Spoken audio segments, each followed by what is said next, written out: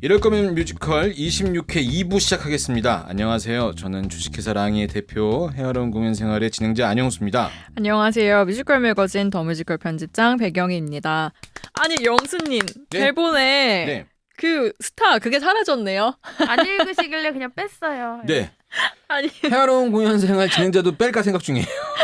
누가 들으면은 뭐 한 100만 되는 구독자 그 유튜브 채널인 줄 알겠어요. 근데 뭔가 굉장히 있어 보이네요. 아무 설명 없이 안영수입니다. 이걸로 다 설명된다는 느낌이어가지고 네. 네. 편집장님의 해석이고요. 앞에 엄청 많이 붙여야 됩니다. 네. 하고 싶은 대로 다 하면은 저는 21살 때 이 일을 시작해서 막 하고 싶은데.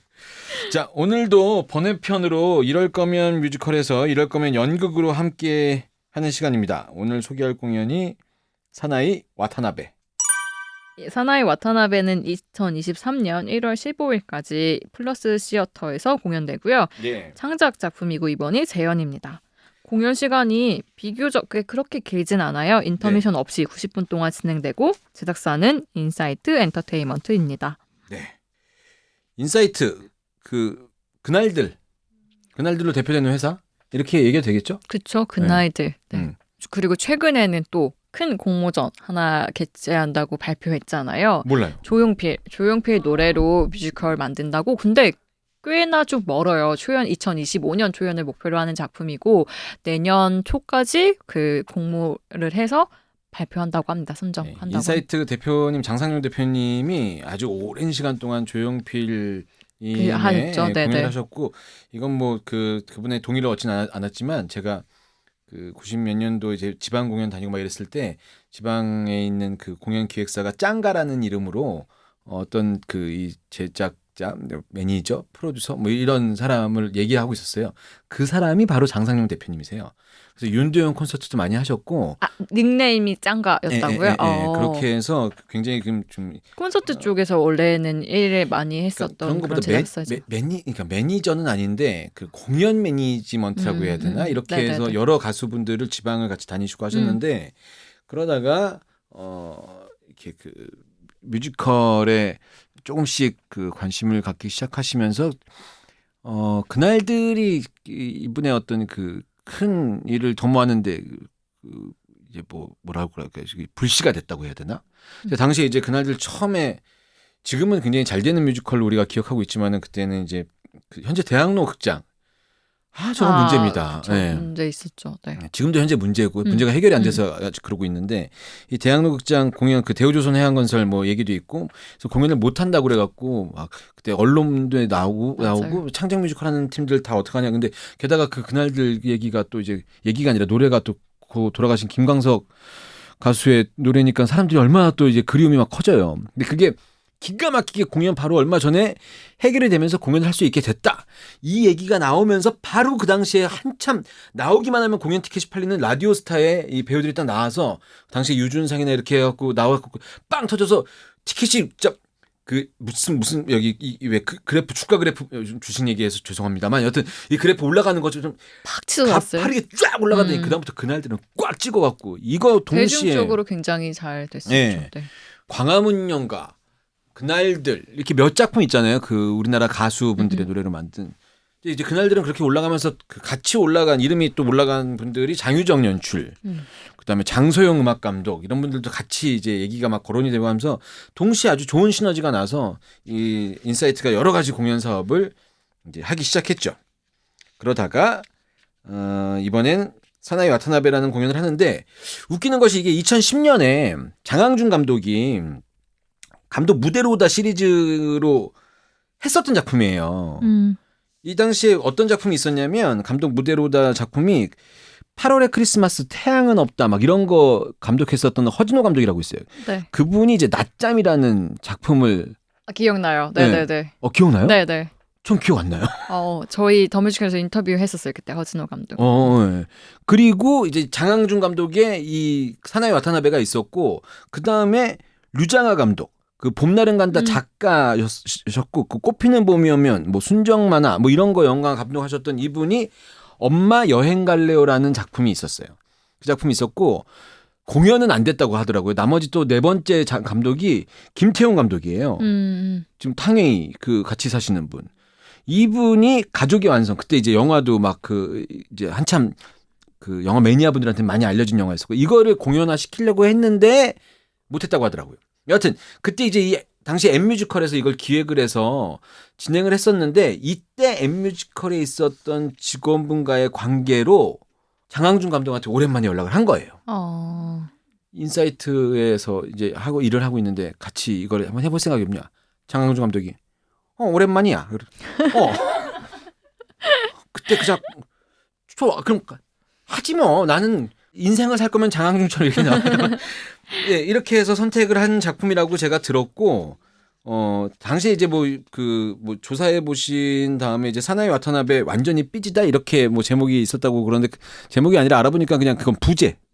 예, 영화 친구 뭐 가장 오래된 법 뭐 이런 것처럼 부제로 완전히 삐지다 뭐 이렇게 돼 있었다고 하더라고요. 당시 이제 이런 게 좀 유행이었었어요. 그 2010년에 요거 감동 무대로 오다 시리즈 말고 또 악어랑 CJ랑 저기 어디야 나무 액터스 거기랑 맞아요. 같이 또 했었던 연극도 했었죠. 네. 이 무대가 좋다 시리즈가 있었는데 이 시리즈들은 다 그래도 나름 공연이 끝까지 됐었고 지금까지도 이어오고 있어요. 이 첫 번째 작품이 풀포러브 박건영 막 이렇게 돼 있어갖고 포스터 이렇게 빨간색으로 이렇게 막 돼 있었거든요. 근데 이 작품은 그 공연이 올랐는데 그렇게 막 우와 역시 대단해. 이제 요 시기가 언제냐면 이게 몇 해 전에 연극 열전에서 이제 열전이 막 시리즈가 크게 빵빵빵 터지고 있었을 때 이것들의 어떤 그런 그 분위기를 좀 이렇게 만들고자 하는 그런 아마 그렇게 기획된 걸로 알고 있는데 풀포러브는 약간 그 아주 대단히 좋은 흥행 성적까지는 아니었고 그렇게 공연이 올라갔고 두 번째 공연이 대박이 났죠. 클로저입니다. 클로저. 이때 지금 문근영 배우가 네, 출연했었죠. 문근영, 엄기준 그다음에 지금 진경 여기 우영우 그 엄마 그리고 그 최강일 배우 그 최민식 씨랑 이렇게 그 형제랑 광일영 원래 알던 사이거든요. 그때 더 친하게 지냈어야 되는데 여하튼 이렇게 네 명이 나왔던 클로저가 그때 처음 한 게 아니라 오랜만에 그거를 이제 무대가 좋다 시리즈를 했고 그다음부터 이제 꾸준히 하고 있고 그 다음 작품이 푸르프 강혜정 배우 나오고 막 그랬었던 거. 저기 강혜정 배우랑 요즘에 그 오은영 박사 그 금쪽에 나오는 패널로 많이 나오시는 분인데 그 연기 많이 하시고 이름이 생각이 안 나네. 예. 그분이랑 같이 역할 하시면서 이런 푸르프라는 공연이 있었고 그다음에 마지막 공연이 바로 그 트루에스트입니다. 추억이 완전 새록새록. 예. 트루에스트를 이때 무대가 좋다 하면서 우리가 트루에스트 방송했을 때 2010년 11년 얘기 나왔을 거예요. 이때부터 이제 다시 시작했던 거죠. 그래서 이 당시에 악어, CJ, 나무 액터스 이렇게 해서 공동으로 했었던 작업들은 막 사진 찾아보면은 막 그 이제 지금 안 계시는 게 그 세상을 떠나셨다는 게 아니라 이 악어에서 나오셨는데 이제 그런 그 대표님들끼리 이렇게 화이팅하는 사진 막 이런 거 촌스럽게 막 이렇게 있고 그래요. 예.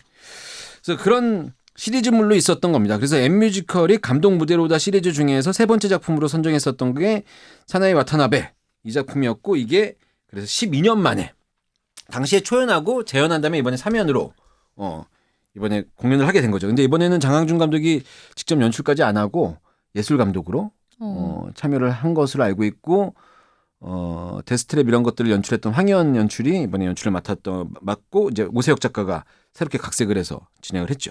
이번에 그리고 또 각색되면서 초연과 재연에서는 3인극이었는데 이번에는 4인극으로 돌아온다고 해요. 그러니까요. 이게 네. 제가 3인극 때 못 봐갖고 제가 그 배우들 얘기 드리면 와타나베 시니치 역에 서현철, 손종학, 유병훈, 만춘 역에 기세중, 유수빈, 임진섭, 마사오 역에 신창주, 임진구, 히데오 역에 정다함, 조은진 배우가 출연합니다. 이게 저희 사무실 바로 밑에 층에서 연습했거든요. 사나이 와타나베래요. 연극이래요. 뮤지컬 연습을 주로 하던 연습실이었고 그 연습실 위에가 사무실이었으니까 연습만 들어가면 노래 소리가 너무 나는 거예요. 뮤지컬 매니아 분들은 얼마나 좋겠어 이러지만 노래를 늘 잘 부르지 않아요. 배우들이 연습실 때 연습을 이제 하면 막 노래도 막 처음에 뚫릴 수 있죠. 네. 네. 그리고 똑같은 거 계속 들어봐요. 미쳐요 아주 시끄러워서. 근데 연극이 오랜만에 연습 들어온다는 거예요. 어머 다행이다. 이제 좀 조용히 연습 사무실에서 있을 수 있겠다. 엄청 떠들어대고 갑자기 바닥을 구르기 시작하면서 탭댄스. 탭을 아니 우리가 당시 그 시기에 마케팅 대행을 브로드웨이 42번가를 하고 있는데 탭이 연극 연습실에서 너무너무 시끄러워서 도대체 만날 때마다 연습실 내려가고 만날 때마다 무슨 연극이냐 손종학 씨나 이런 분 만나면 형님 도대체 뭐 하시는 겁니까? 그러더니 나도 몰라. 이러면서 막 계속 뛰래. 이러면서 막 그 노래도 갑자기 무슨 뮤지컬 넘버도 아니고 돌아와요 부산항해를 계속 신창주가 얼마나 크게 부르든지 이러면서 막 뭐 그랬던 일화가 있습니다. 그래서 춤추고 그 돌아와요 부산항해나 제주도 민요 너영 나영 뭐 이거 이제 이런 노래들이 많이 나오는데 이게 극중 이제 나중에 소개하면 말씀드리겠는데 극중에는 굉장히 중요한 테마곡으로 나오죠. 제관람판이 그 도장판이 아니라 벚꽃 모양 종이를 준대요. 그래서 벚꽃 3장을 모으면 40% 할인권, 6장을 모으면 50% 할인권을 주는데요.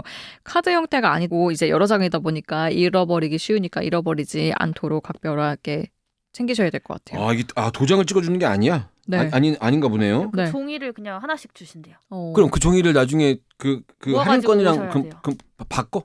그거를 모르겠어요. 다시 어떻게 뭐 도장을 찍던지 해서 다시 주시죠. 도장 찍는 거 아니랬는데?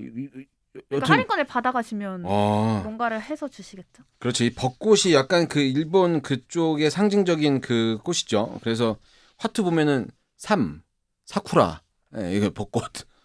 또 TMI.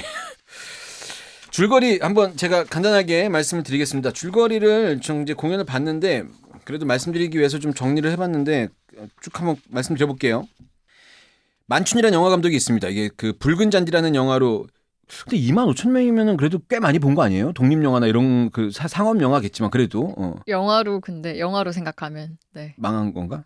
망했죠. 그래도 저는 그 기세중 배우 걸로 봤는데 약간 그래도 나름 괜찮았다는 식으로 느껴져서 여하튼 25,000여 명 정도 정확히는 29,000몇 명이라고 했던 것 같은데 25,000명 정도의 관객 동원이라는 이제 잘 안 됐던 붉은 잔디라는 영화를 찍었던 만춘이라는 감독이 있는데 이제 영화제에서 받았던 상패도 막 팔 정도로 당근마켓에서 팔 정도로 이제 생활고에 시달리지만 나름 그래도 영화인에 대한 긍지가 끝까지 남아있는 만춘이라는 영화 감독이 있고 이 사람한테 어느 날 갑자기 이제 연락이 오는 거죠. 일본에서 있는 어떤 사업가가 자기의 자전적인 영화를 만들어달라고 하면서 1억이라는 돈을 얘기했다고 그래서 이 만춘이 그럼 무조건 오케이라고 하면서 이제 그 영화를 찍으러 갑니다. 사실 알고 보니까 뭐 2억이라는 뭐 코미디 코드도 있는데 그건 뭐 그렇게 중요하지 않고 아니죠. 코미디를 표방하려면 이런 게 객석에서 웃음이 터져줘야 되거든요. 여하튼 1억이라는 연출료를 뿌리치지 못해서 일본 시모노세키로 이제 떠나게 됩니다. 그런데 이제 일본에 딱 도착해서 만춘이 봤더니 사무라이 영화에서나 나올 법한 시모노세키 일본식 고택이 딱 있고 거길 딱 보면서 오 이러면서 들어가죠. 그 이제 전체적인 무대 배경이 딱 거기입니다. 그 고택 같은 그런 느낌에서 배우들이 나와서 약간은 좀 허전해 보일 수 있는 무대인데 이제 영상이나 이런 것들 조명이나 이런 것들을 활용한 무대로 진행이 되고 이 만춘이라는 감독을 섭외한 이유는 붉은 잔디 영화에 감명을 받아서 만춘을 불렀다고 얘기하고 이 와타나베 시니치라는 사람이 부른 건데 이 와타나베가 이제 주인공이죠. 그리고 이제 이 와타나베는 약간 그 조폭 같은 야쿠자 같은 느낌이 나고 이 사람한테는 신복 같은 사람이 2명이 나오는데 그 2명이 바로 마사오와 히데오입니다. 근데 마사오 히데오가 만나서 이제 만춘을 만나는데 이제 이 두 명과 만춘이 서로 얘기하는 내용이 좀 코믹스럽게 표현이 되는데 그 과한 어떤 이제 그 조직에 대한 어떤 모습, 야쿠자의 어떤 모습을 좀 코믹하게 그려주기도 하고 그렇지만 이제 거기서 설정 자체로 우리한테 전달되는 것은 이 와타나베 시니치한테 남아있는 사람은 결국 2명밖에 없는 이제 옛 야쿠자 뭐 이렇게 이 설정을 재미있게 좀 설명하는 장면으로 진행이 돼요. 근데 그래서 만춘이 내가 도대체 어디에 온 거야 이렇게 막 고민을 하고 있는데 와타나베가 들어와갖고 일본말로 막 해요. 일본말로 막 하는데 저는 일본말 무슨 말인지 못 알아들었지만 알아듣는 게 그렇게 중요하다고 생각은 하지 않았거든요. 왜냐면 그냥 거기에 만춘이 약간 쫄고 막 이런 분위기만 연출되면 되는 거니까. 그래서 만춘이 너 이거 안 할까 이렇게 생각하는데 5천만 원 이미 그 계약금 받았고 그러니까 어쩔 수 없이 만춘은 와타나베의 이야기를 영화로 만들기 위해서 얘기를 듣기 시작합니다. 얘기를 듣기 시작하는데 이 얘기하다 보니까는 알고 보니까는 이 와타나베가 붉은 잔디라는 만춘이 찍었던 영화를 안 봤던 게 탄로가 나는 거예요. 아니 영화도 안 보고 나를 왜 불렀냐 그랬더니 그게 아니라 수상 소감하는 얘기를 보고 나서 유튜브에서 돌아다니는 영상을 보고 이 감독한테 좀 마음을 뺏겼다. 이 감독을 불러와라. 이래서 불려지게 된 거죠. 그래서 같이 일단 그럼 됐고 영화부터 보고 얘기합시다라고 했는데 이 붉은 잔디라는 영화 제목을 보고 와타나베는 그 자기가 이제 그 와타나베 일본 야쿠자 하면서 이 붉은 피로 물든 잔디 뭐 이런 걸 생각했던 건데 영화는 사실 그거랑 전혀 다른 약간 그 따뜻한 이야기를 담고 있으니까 이게 좀 결이 안 맞는 거예요.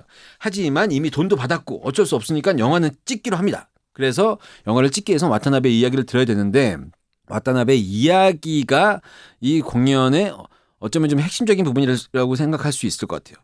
아주 짧게 이 공연을 보시면 아실 테니까 아주 짧게 말씀드리면 와타나베 아버지가 있습니다. 아버지가 이제 그 외파리 탭댄서로 야쿠자들한테 핍박받으면서 살아왔었던 이야기를 이제 천천히 하는데 전쟁에 일본군으로 그 이 와타나베 아버지가 끌려가서 팔을 잃어버리고 거기서 탭댄스도 추고 이러면서 겨우겨우 입에 풀칠하고 살던 사람이었는데 이 사람이 결국은 야쿠자들한테 쫓겨나게 되는 거죠. 그래서 이 와타나베 아버지가 술에 취해서 망가져갑니다. 인생이 그냥 다 박살이 나요. 그러면서 와타나베 아버지가 계속 그 고향을 생각하면서 부르는 노래가 바로 그 돌아와요 부산항해 그리고 제주민요 너영 나영 이것들을 그렇게 그리워하면서 부르는 노래로 거기 테마곡이 나오는 거죠. 근데 이제 와타나베 입장에서는 계속 술에 취해져서 망가지고 자기한테도 그렇고 엄마한테도 그렇고 손찌검하는 이 아버지가 너무 싫은 거예요. 아버지한테 이제 따지고 싶은데 결국 어머니는 못 참고 도망가고 아버지한테 따지려고 이제 그만큼 이제 나이가 들고 이렇게 힘이 키워졌는데 아버지는 결국 또 자살이라는 선택을 하게 돼요. 와타나베는 이제 그 복수할 데도 없고 뭐 이러면서 일본에서 혼자 남았으니까는 결국 자기가 살기 위해서 이 반항심은 그대로 남아 있고 이러면서 이 일본에서 생활을 하기 위해서 결국은 야쿠자가 되는데 이 야쿠자가 된 다음에 이 제일교포라는 얘기 때문에 거기서도 또 인정받지 못하고 있어요. 근데 자기를 야쿠자로 데리고 왔었던 사람도 알고 보니까 제일교포였고 그 사람이 어떤 제안을 해서 그걸 받아들이면서 나름의 그 오야붕이 된다는 이야기를 이 와타나베 와타나베가 이 만춘 감독한테 자기의 얘기를 하는 거죠. 그 얘기를 듣고 만춘도 나름 느낀 게 있어서 그럼 이걸 영화로 만들어야 되겠다라고 해서 막 이제 영화 작업을 하고 있는데 와타나베가 자기 영화니까 자기가 좀 봐야 되겠다고 하면서 대본을 보면서 각색도 다 하고 20명도 안 되는 사람이랑 싸웠던 얘기를 뭐 200명이랑 싸웠다고 막 과장되게 부풀리기도 하고 그러다 보니까 만춘이 계약금은 받았지만 도저히 영화인으로서 답이 없을 것 같아 갖고 이걸 안 하겠다고 얘기해요. 이제 와타나베는 그 얘기를 듣고 이제 좀 시리에 빠져서 이렇게 있고 이제 만춘이랑 안 보는 시간을 좀 갖고 있었는데 한참 그렇게 지내고 있던 어떤 날 만춘이 이제 떠나기로 하고 인사하러 가는 그날 이 와타나베를 어떤 다른 조폭에 있는 어떤 사람이 그 영화를 찍기 위해서 왔었던 그 어떤 관계 속에 있었던 어떤 사람이 와서 약간 말도 안 되는 컨셉이라고 좀 생각이 되는데 죽입니다. 와타나베는 죽음을 맞이하게 되고 만춘은 거길 떠나오게 되고 그러고 나서 그 소식을 알게 된 만춘이 나중에 이 얘기를 영화를 시켰고 영화를 시키면서 와타나베가 자기가 인생이 무너졌을 때 결국 야쿠자로 들어갈 수밖에 없었던 그 와타나베의 실제 이야기를 만춘은 거기서 자기는 거기 들어가지 않겠다라는 식의 엔딩으로 영화화 시키면서 이 드라마 연극은 끝납니다. 이런 내용이에요. 네.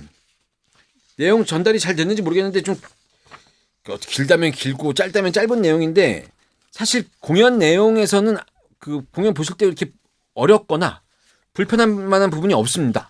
보시면 되고 배경이나 이런 것들이 좀 공연 배경이나 무대나 이런 것들이 좀 단순해서 보시는데 그 설정만 잘 알고 계시면 재밌게 보실 수 있을 것 같고 그 이 두 명의 그 신복들 와타나베의 신복들 이 두 명과 만춘으로 이루어지는 그 이 코미디 호흡 그다음에 저는 이제 그 서현철 배우로 와타나베를 봤는데 서현철 배우의 호흡이 이 코미디를 엄청 잘하시는 분의 호흡을 갖고 계세요. 그래서 툭툭 던지는 이 말이 이거 배우 재밌죠. 네, 코미디를 너무 잘하시는 분이다.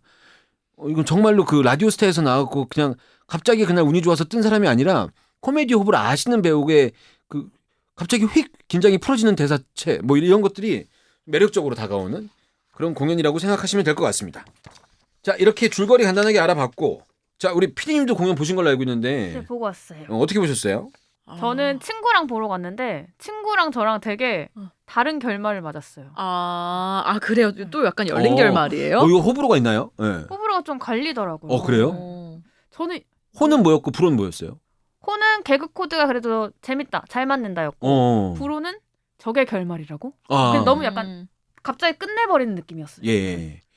저도 이제 그 공연을 보신 분들의 이런저런 리뷰를 좀 찾아보니까 저 공연 결말에 대해서 아쉽게 생각하시는 분들이 좀 있으신 것 같고 갑자기 와타나베를 왜 죽여요? 막 이렇게 되는 얘기도 좀 있고 그다음에 이제 좋아하시는 분들은 방금 말씀하셨던 그 저 개그 코드 저게 맞아야 되는데 이게 좀 맞으려면 이 와이어러스를 쓰고 있는 공연장은 아니니까 그 호흡이 좀 잘 들리면 재밌을 것 같다는 생각이 들고 그 이제 탭이나 이런 그 어떤 무대 위에서의 퍼포먼스나 이런 것들을 그 상태 그대로 받아들이셔야지 좀 재미있게 보실 수 있지 않나 싶습니다.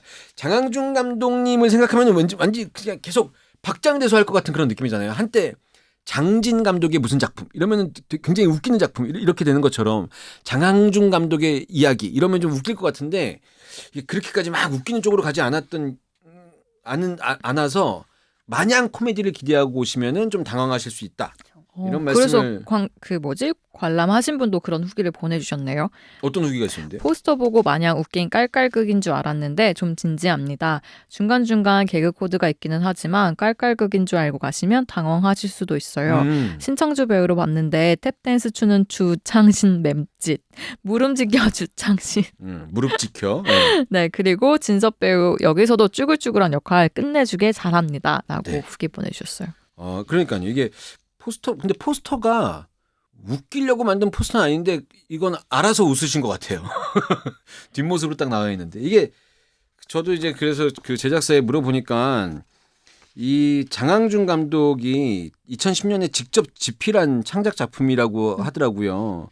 근데 이제 장항준 감독의 아버지가 실제로 1930년에 오사카에서 태어나셨고 해방 이후에 한국으로 건너오셔서 어린 시절에 아버지가 일본에서 나고 자랐던 이야기를 매우 많이 들으셨대요. 그래서 자연스럽게 이야기랑 배경과 소재가 구상이 되었다고 하고 그 뭐 이렇게 얘기 듣다 보면 그 일본의 굉장히 유명한 배우죠. 감독 기타노 다케시요. 예. 기타노 다케시 감독을 그 모티브로 해서 뭐 썼다 뭐 이렇게 이해하실 수도 있을 것 같은데 제가 들은 얘기로는 기타노 다케시의 이야기를 모티브로 한 게 아니라 기타노 다케시의 어떤 그 인물 그 느낌 그냥 우리가 알고 있는 그 이미지 이런 것들을 좀 상징화해서 만들었다 이렇게 이해하시는 게 더 나을 것 같습니다.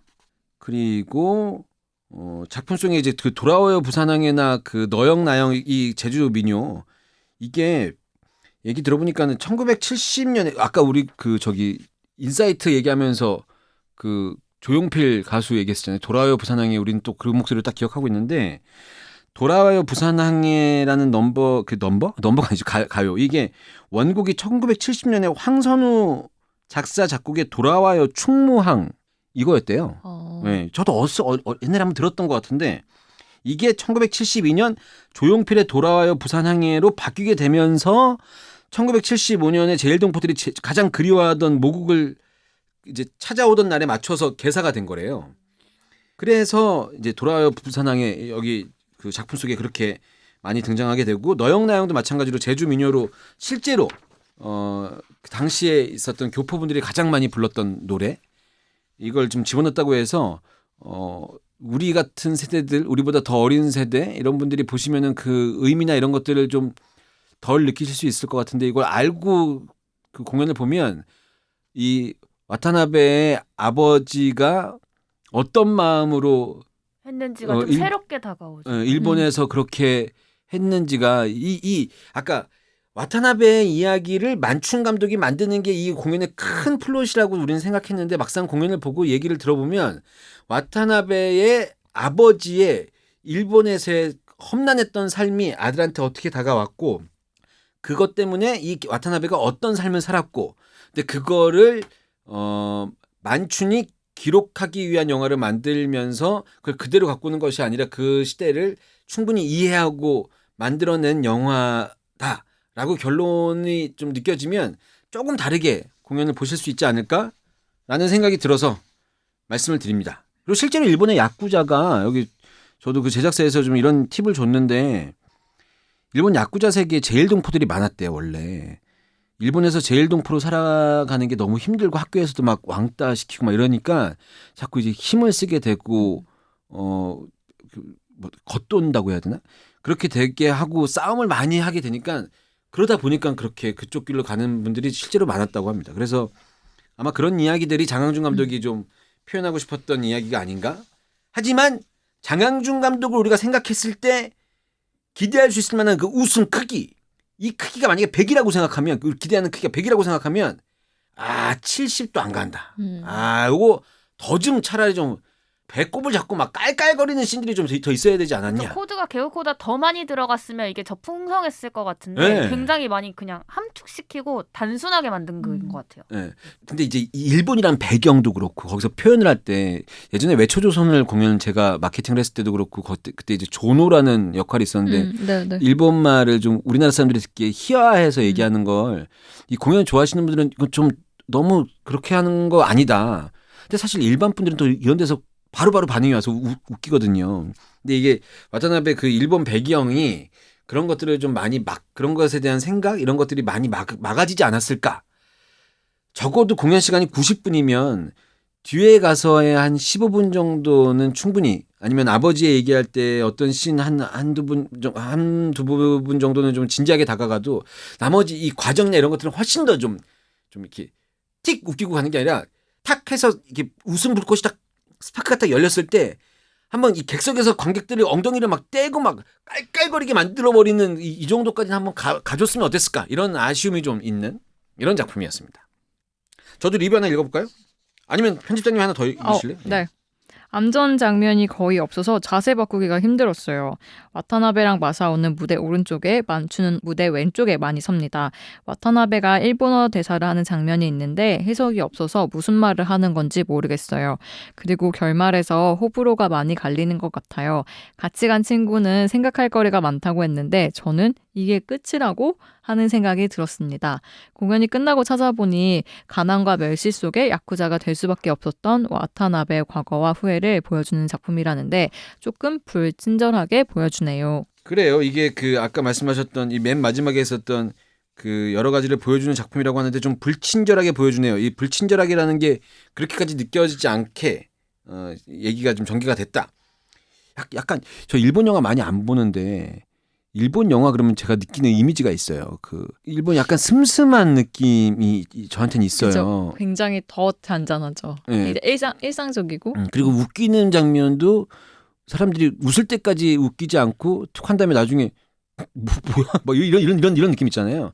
근데 그런 느낌이 약간 공연에 좀 묻어나는 거 아닌가? 이런 생각이 들기도 해요. 이건 일본 사람이 쓴 것도 아니고 일본 연출가가 연출한 것도 아닌데 그런 느낌이에요. 그래서 저는 조금 더 친절하게 더 웃길 수 있으면 좀 재미있게 만들어줘야지 나중에 좀 감동적인 것들을 보여줄 때 훨씬 더 이렇게 배가 돼서 느껴지지 않을까? 그런 생각이 들어요. 그래서 서현철 배우가 하고 있는 호흡이 이 작품의 결과는 굉장히 잘 맞는데 재밌으니까 뭔가 하는 게 재밌으니까 더 기대하게 되는데 거기까지밖에 안 보여주고 약간 그리고 무대도 평상 같은 게 하나만 있고 그 일본 고택 같은 느낌이라서 거기에 무슨 뭐 책상이 들어가 있는 것도 아니고 아무것도 없으니까 배우들이 온전히 딱 이 발끝부터 얼굴까지 다 보이는 데서 정면으로 서서 이야기를 계속 하거든요. 여기 뭐 도움받을 게 별로 없으니까 이게 보는 사람한테 약간 좀 허전해 보인다? 뭐 이런 느낌이 좀 있습니다. 어때요? 제가 얘기한 거? PD님은? 굉장히 공감 갑니다. 딱 저 생각이 많이 들었어요. 소품이라도 놓지. 네. PD님한테 오랜만에 칭찬 들었네.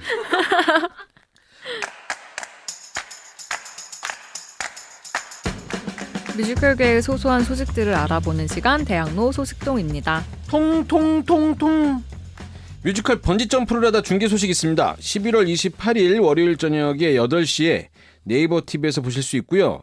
조성윤, 최연우, 최민기, 이재희, 박근식, 김대호 페어로 진행된다고 합니다. 관람권 2만 원이고요. 요거 이제 같은 제작사니까 이런 패키지가 있네요. 관람권이랑 뮤지컬 용의자 X의 헌신 40% 할인권은 3만 원. 요거 마케팅. 예. 관람권과 뮤지컬 용의자 X의 헌신 메타시어터 관람권은 4만 원입니다. 메타시어터? 중계 아닐까요? 중계일 것 같아요. 거기서 하고 있는 게 중계. 신세이브라는 회사가 이제 그 중계를 많이 하고 있으니까 용의자 X의 헌신 요것도 참 그 기대할 만한 작품이잖아요. 어떻게 달라질지 좀 궁금해요. 제작사가 바뀌었으니까 네. 약간 변화가 될 텐데 예. 궁금합니다. 여튼 한전에서 연습하고 있는 걸로 알고 있고요. 예. 용의자 X의 헌신을 하고 있는 배우들이 연습 때문에 대학로 한전을 왔다 갔다 하는데 고충이 있다. 아, 그쵸. 거리가. 교통량은 자꾸 많아지고 하니까. 예. 그리고 또 출퇴근 시간에 엄청 막히잖아요. 네. 쉽지 않겠네요. 예, 요거에 대학로에 부지 있으신 분들 혹시 위층 그 햇볕 드는 곳에 그 어떤 그 장사 잘 안 되는데 연습실 내시기 바랍니다. 예. 제가 전해드릴 소식은 뮤지컬 랭보의 글로벌 진출을 위한 다국어 자막 중계 소식이 있습니다. 실황 영상을 영어와 중국어, 일본어, 프랑스어, 스페인어 자막으로 송출하는 건데요. 그러니까 야, 와, 라이브. 예. 스페인어, 프랑스어와 세뇨리따 뭐 이러면서 뭐 예. 랭보 역의 윤소호, 베를린 역의 김종구, 들라이 역의 백기범 배우가 나오고요. 12월 5일 월요일 오후 8시에 네이버와 인터파크 라이브 커넥트에서 보실 수 있습니다. 가격은 2만 원이고요. 근데 특이한 게 네이버는 국내 접속만 가능하고 인터파크는 해외 접속만 가능하다고 하니까 참고해 주시기 바랍니다. 윤성우, 김종구, 백기범 배우가 외국의 팬들이 엄청 많은 배우다 이렇게 얘기하기는 좀 힘들잖아요. 아이돌 뭐 이런 건 아니니까. 그런데도 이런 걸 하는 것은 이미 이 컨텐츠를 한국으로 대학로로 시장을 생각하고 있지 않은 거예요. 부럽습니다. 그러니까 되게 이제 뭐 영어, 중국어, 일본어는 더러 자막 서비스를 네. 했지만 이렇게 유럽까지 네. 프랑스어는 아마 랭볼에서 그런 것 같고 스페인어가 좀 스페인어는 혹시 프랑스에서 스페인 말을 많이 쓰나? 유럽에 뭐 그런 거 있잖아요. 막 포르투갈어 쓰고 막 이렇게 하는 거. 스페인까지 한다는 게 굉장히 좀 특이하네요. 네. 이거 돈이 한두 푼 들어간 게 아니었을 텐데 아닌가? 생각보다 싼가? 여하튼 대단한 시도니까 많이 보시고 요거 잘 그래서 공연들이 다 이렇게 좀 해서 공연 제작비를 실제 대학로 공연에서 제작비를 모두 다 충당하지 않더라도 이후에 2차로 이런 시장에서 매출이 많이 올라갈 수 있다는 확신이 생기면 그러면은 공연 티켓이 한없이 올라가는 일을 좀 막을 수도 있는 거니까 이거 응원해야 됩니다.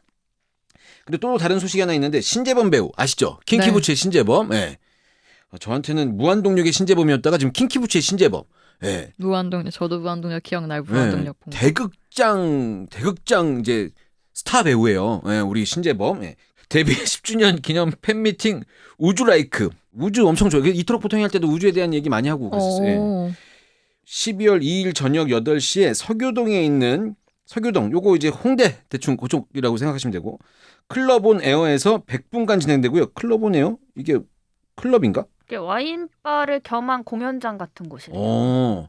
약간 뭔지 알 것 같아요. 약간 어두컴컴한 창고 같은 느낌의 그 약간 홍대 밴드 같은 사람들이 막 연주할 수 있는 가격은 55,000원이고요. 팬들에 대한 고마움과 무대 위에서 볼 수 없었던 재범 배우의 진짜 모습을 보여드린다고 하니까 많은 관심 부탁드립니다. 근데 신재범 배우 그 되게 얌전하게 그렇게 보이잖아요. 보이는데 실제로 그러니까 얌전해요. 또 다른 모습이 있겠죠 배우로서. 네. 그리고 음역대도 생각보다 굉장히 높고 그래서 아마 여러 가지 퍼포먼스를 보여주지 않을까 이런 생각이 듭니다. 자, 지금까지 대학로 소식통이었습니다. 저희는 다음 주 월요일 27회로 돌아오겠습니다. 이럴 거면 뮤지컬